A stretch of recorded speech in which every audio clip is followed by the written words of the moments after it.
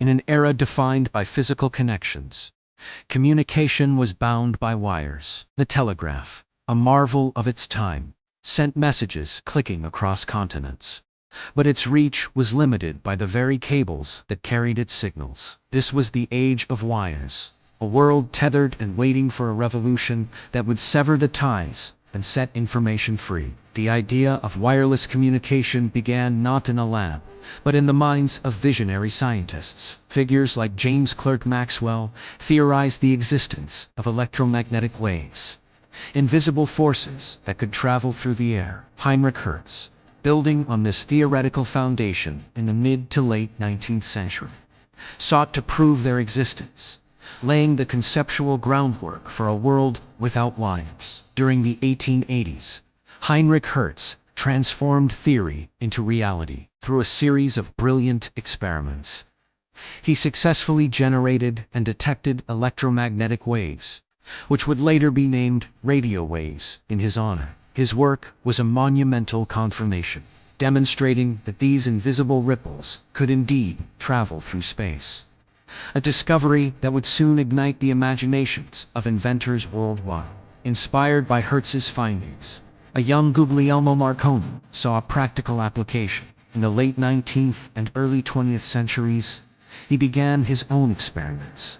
Relentlessly working to increase the distance his wireless signals could travel, his efforts culminated in successfully transmitting messages over hills and eventually across the Atlantic, proving that wireless communication was not just possible, but could connect distant lands. To bridge these vast distances, a new kind of structure had to rise. Enormous antennas and transmission towers began to punctuate the skyline, reaching towards the heavens to send and receive signals. These towering metallic giants were the physical manifestation of a new, invisible network, one that promised to link the entire globe in an instant. A global network was dawning. Back on the ground, the magic of radio was captured in humble devices. Early radio receivers from the 1900s, like the crystal radio, were marvels of simplicity, consisting of little more than a wire, a crystal detector, and an earphone.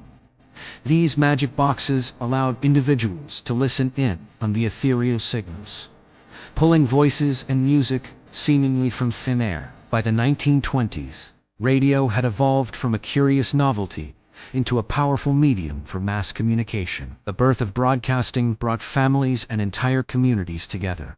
They would gather around their newly acquired radio sets, listening in shared wonder to the latest news, dramatic performances, and live music, creating a new form of communal experience. Radio quickly proved its worth as a vital link in critical situations. At sea, it became an indispensable tool for navigation and a lifeline during emergencies, famously playing a role in the rescue of survivors from the Titanic. During wartime, it provided secure and instant communication, fundamentally changing military strategy and coordination on a global scale.